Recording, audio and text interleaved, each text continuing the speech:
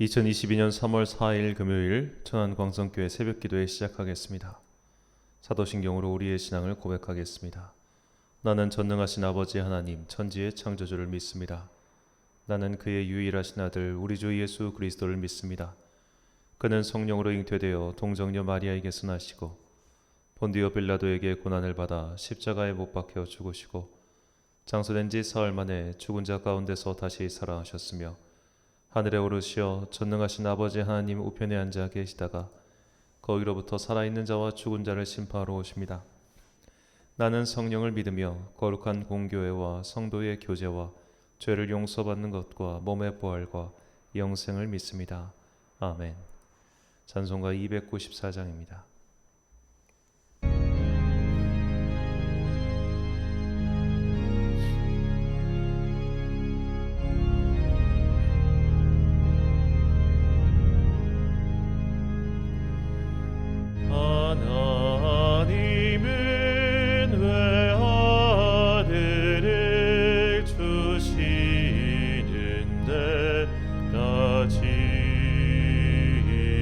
세상 사람 사랑하니 참 사랑 아닌가. 하나님은 사랑이라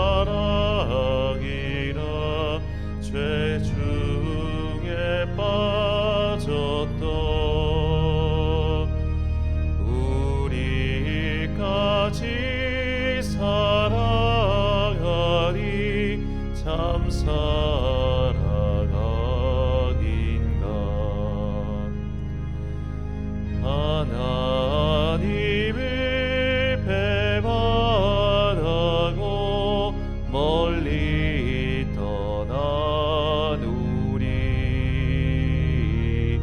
원수같이 대적하나 사랑하여 주네. 하나님은 사랑이라 죄악에 빠졌던 우리까지 사랑하니 참 사랑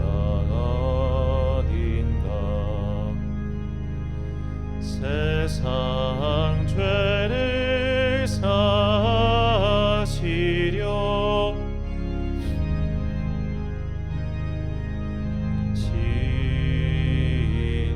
성자 예수 십자가에 고난 받으셨네.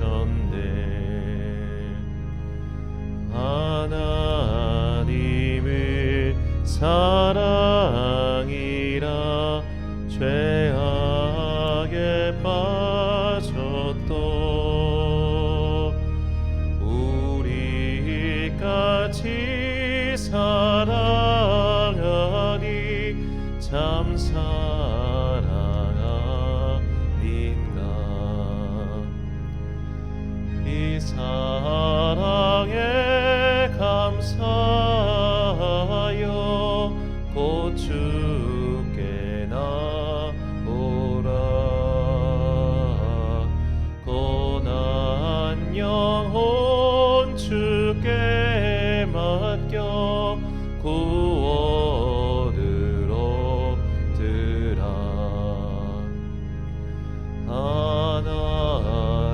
하나님을 사랑이라 죄악에 빠졌던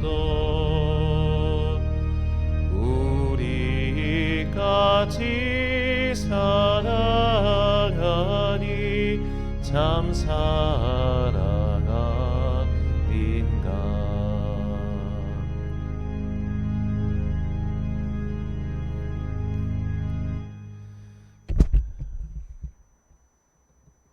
오늘 우리에게 주시는 하나님의 말씀 에베소서 2장 1절부터 22절까지 말씀입니다. 에베소서 2장 1절부터 22절까지의 말씀. 이제 봉독하겠습니다. 하나님의 말씀을 경청하십시오. 여러분도 전에는 허물과 죄로 죽었던 사람들입니다. 그때 여러분은 허물과 죄 가운데서 이 세상의 풍조를 따라 살고 공중의 권세를 잡은 통치자 곧 지금 불순종의 자식들 가운데서 작용하는 영을 따라 살았습니다. 우리도 모두 전에는 그들 가운데서 육신의 정욕대로 살고 육신과 마음이 원하는 대로 행했으며 나머지 사람들과 마찬가지로 날 때부터 진노의 자식이었습니다. 그러나 하나님은 자비가 넘치는 분이셔서 우리를 사랑하신 그 크신 사랑으로 말미암아 범죄로 죽은 우리를 그리스도와 함께 살려주셨습니다. 여러분은 은혜로 구원을 얻었습니다. 하나님께서 그리스도 예수 안에서 우리를 그분과 함께 살리시고 하늘에 함께 앉게 하셨습니다. 그것은 하나님께서 그리스도 예수 안에서 우리에게 자비로 베풀어 주신 그 은혜가 얼마나 풍성한지를 장차 올 모든 세대에게 드러내 보이시기 위함입니다. 여러분은 믿음을 통하여 은혜로 구원을 얻었습니다. 이것은 여러분에게서 난 것이 아니요 하나님의 선물입니다. 행위에서 난 것이 아닙니다. 그러므로 아무도 자랑할 수 없습니다. 우리는 하나님의 작품입니다. 선한 일을 하게 하시려고 하나님께서 그리스도 예수 안에서 우리를 만드셨습니다. 하나님께서 이렇게 미리 준비하신 것은 우리가 선한 일을 하며 살아가게 하시려는 것입니다. 그러므로 여러분은 지난 날에는 육신으로는 이방 사람이었다는 사실을 명심하십시오. 손으로 육체에 행한 할례를 받은 사람이라고 뽐내는 이른바 할례자들에게 여러분은 무할례자들이라고 불리며 따돌림을 당했습니다. 그때 여러분은 그리스도와 상관이 없었고 이스라엘 공동체에서 제외되어서 약속의 언약과 무관한 외인으로서 세상에서 아무 소망도 없이 하나님도 없이 살았습니다. 여러분이 전에는 하나님에게서 멀리 떨어져 있었는데 이제는 그리스도 예수 안에서 그분의 피로 하나님께 가까워졌습니다. 그리스도는 우리의 평화이십니다. 그리스도께서는 유대 사람과 이방 사람이 양쪽으로 갈라져 있는 것을 하나로 만드신 분이십니다. 그분은 유대 사람과 이방 사람 사이를 가르는 담을 자기 몸으로 허무셔서 원수된 것을 없애시고 여러 가지 조문으로 된 계명의 율법을 폐하셨습니다. 그분은 이 둘을 자기 안에서 하나의 사람으로 만들어서 평화를 이루시고 원수된 것을 십자가로 소멸하시고 이 둘을 한 몸으로 만드셔서 하나님과 화해시키셨습니다. 그분은 오셔서 멀리 떨어져 있는 여러분에게 평화를 전하셨으며 가까이 있는 사람들에게도 평화를 전하셨습니다. 이방 사람과 유대 사람 양쪽 모두 그리스도를 통하여 한 성령 안에서 아버지께 나아가게 되었습니다. 그러므로 이제부터 여러분은 외국 사람이나 나그네가 아니요 성도들과 함께 시민이며 하나님의 가족입니다. 여러분은 사도들과 예언자들이 놓은 기초 위에 세워진 건물이며 그리스도 예수가 그 모퉁이 돌이 되십니다. 그리스도 안에서 건물 전체가 서로 연결되어서 주님 안에서 자라서 성전이 됩니다.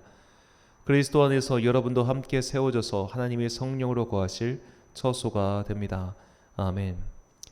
언제 어디서나 란 제목으로 하나님의 말씀 선포하겠습니다.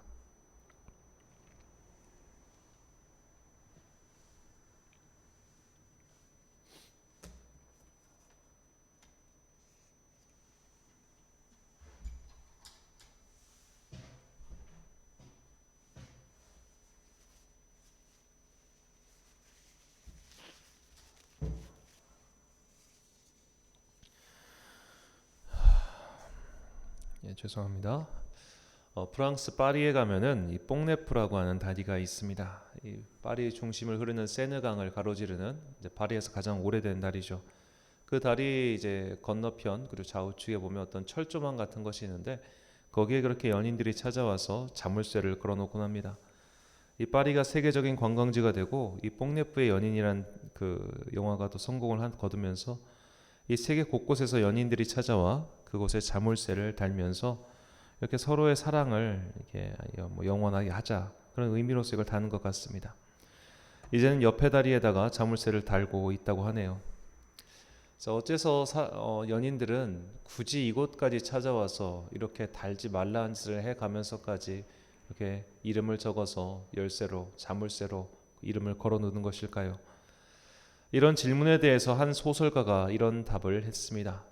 사랑도 불안하고 자아도 불안하기 때문에 안정적인 다리에다가 안정의 상징인 자물쇠를 사용하는 것이 아닐까라고 말이죠. 수백 년 된 튼튼한 돌다리 위에 열리지 않을 자물쇠를 걸고 그 위에 둘의 이름을 새김으로 사랑의 불안함을 극복하고자 하는 마음이 담긴 것이 아닐까, 그렇게 소설가는 대답했습니다. 참으로 동의하지 않을 수 없었습니다. 인간이란 존재는 기억부터 자아까지 모든 것이 불안합니다. 그래서 기념물을 만들고 곳곳에 기록물을 남기죠. 고대로부터 왕들은 큰 전쟁에서 승리하면 기념비를 세웠는데 이것은 잊혀지지 않기 위해서였습니다. 자, 그런데도 하나님께서는 우리가 하나님께 받은 은혜를 기념비로 남기라고 하지 않으셨습니다. 자, 출애굽 사건은 엄청난 기적이죠. 만약에 보통 민족들을, 그리고 보통의 어떤 나라나 국왕이나 사람들이 자기들이 고대에 이런 경험을 했으면 그것을 반드시 무언가 기록물, 상징 등으로 남겨놨을 겁니다. 하다못해 그 자리에 뭐 탑이라도 세우던가, 하다못해 어떤 거대한 성전, 어떤 신전 같은 거를 건축을 했겠죠. 자, 그런데도 이스라엘 민족은 기념비 하나 남기지 않았습니다. 시내산에서 하나님의 임재를 경험한 것 또한 어마어마한 일이었습니다. 그런데도 기념비 하나 남기지 않았습니다. 구약 성경은 정말 수많은 기적의 향연이나 다름없죠. 그런데도 그 기적들에 대해서 어떠한 기념비도 남기지 않았습니다. 왜 그랬을까요? 하나님께서는 믿음을 돌에 새기기 원하지 않으시고 오히려 불완전한 우리의 자아, 우리의 기억에 새기길 원하셨기 때문입니다.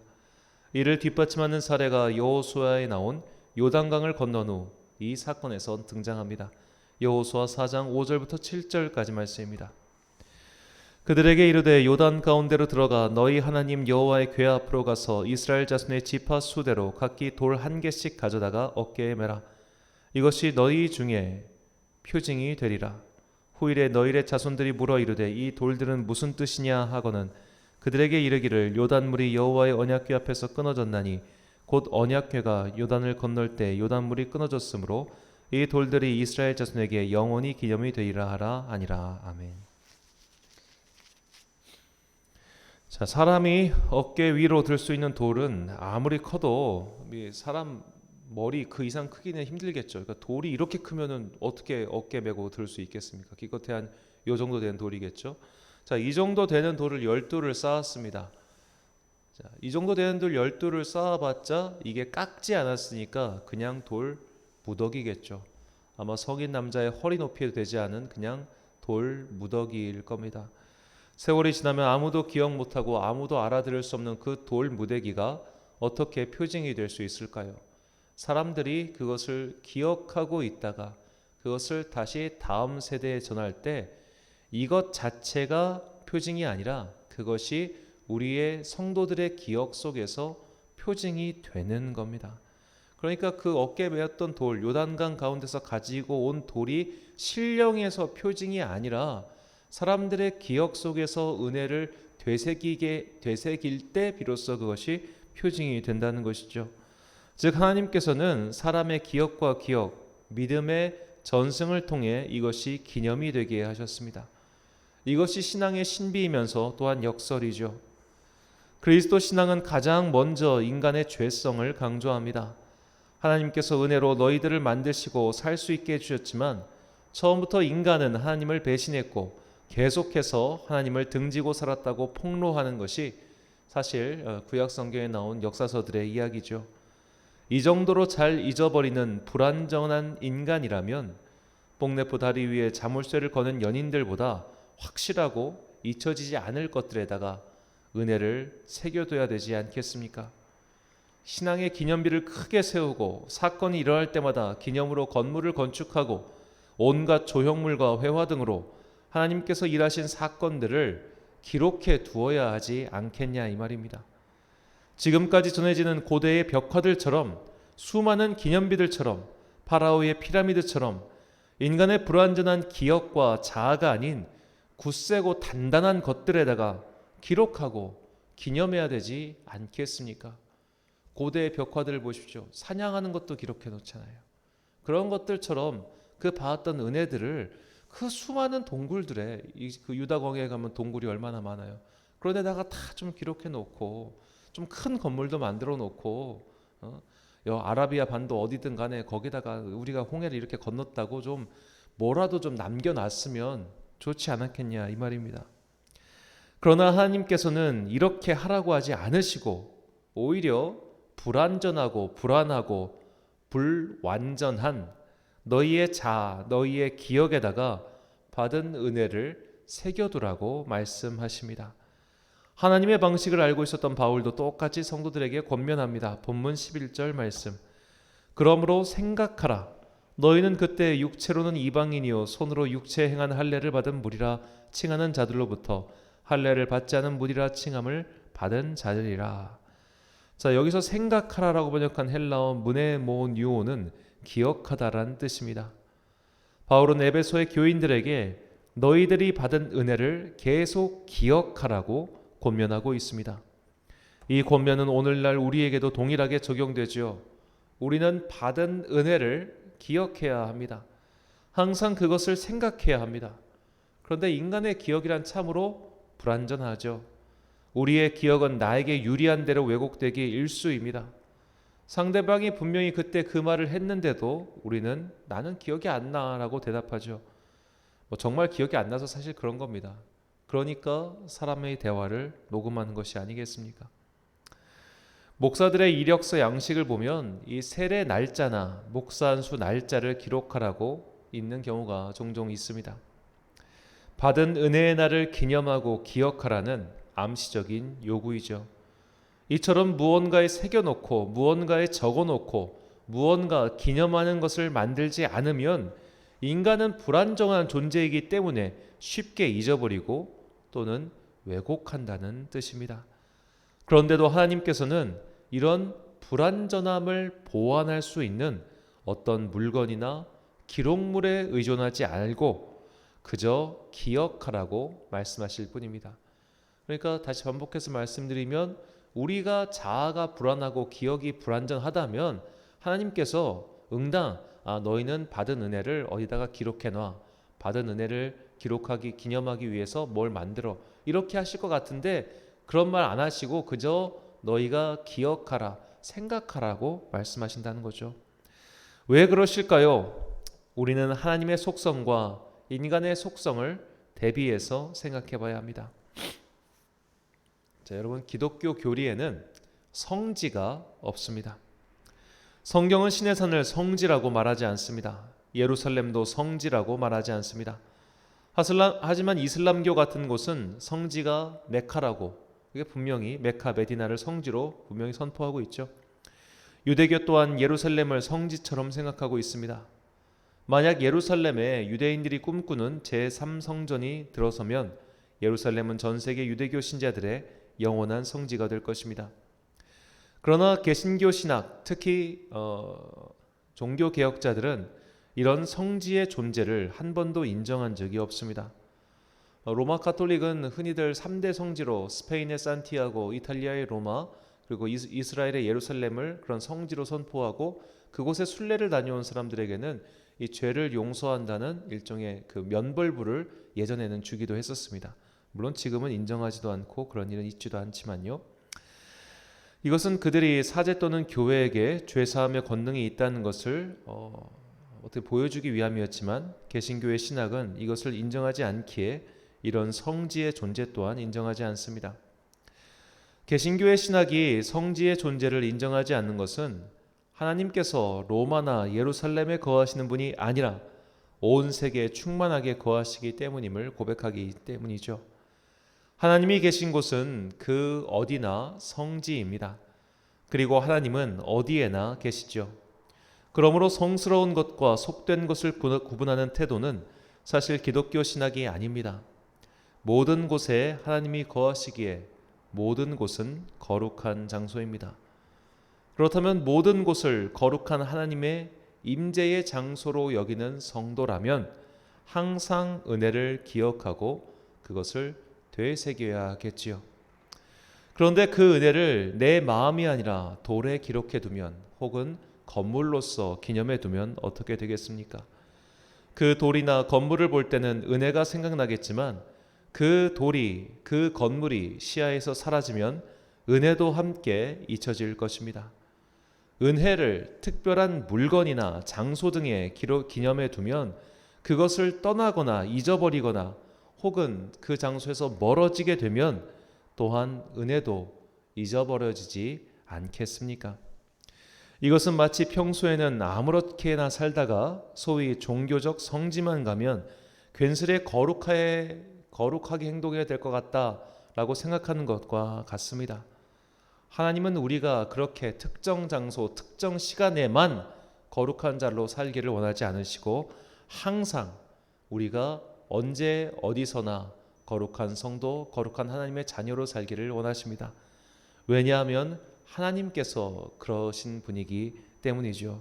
내가 거룩하니 너희도 거룩하라라고 말씀하신 본래의 뜻이 바로 여기에 있습니다.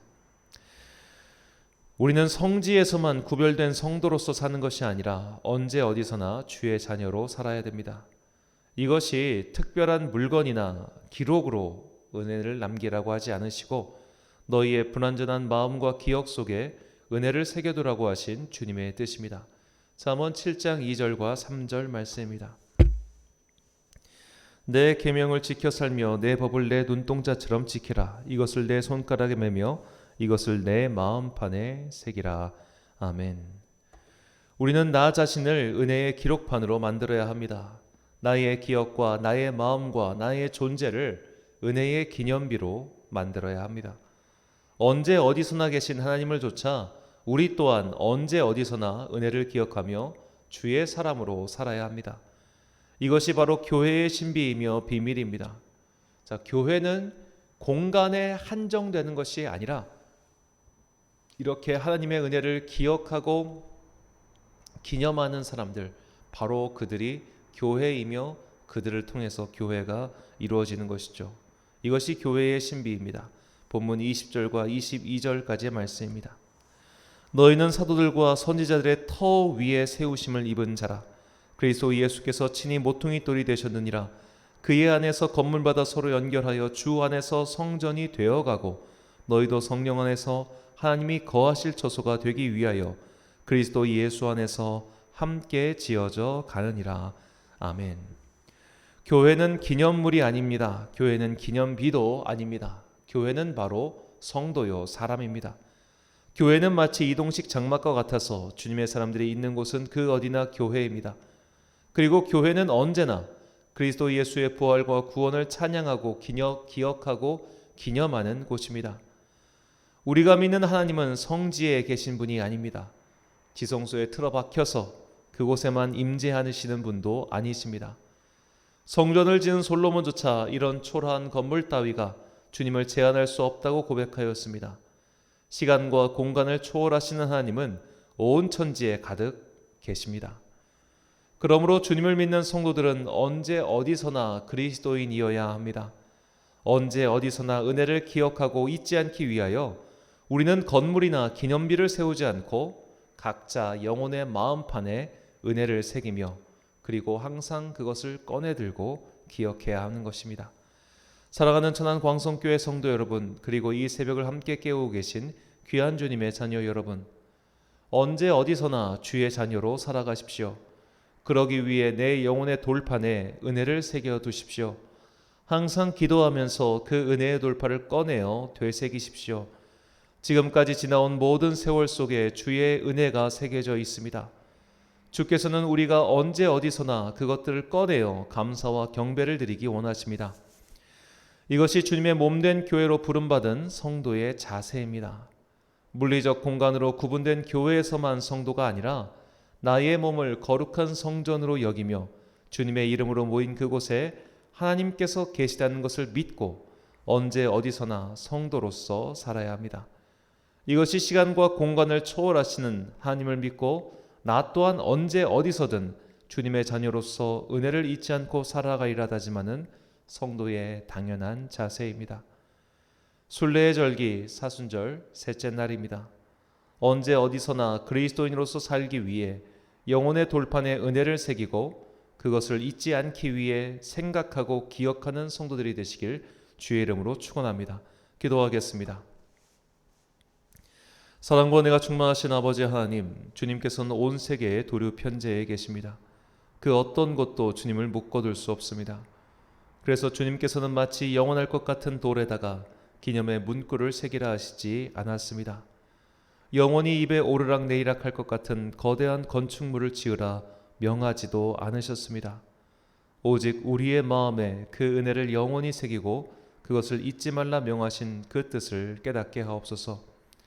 이렇게 영혼의 돌판에 은혜를 새긴 이들이 주님의 거룩한 성전임을 잊지 않게 하옵소서.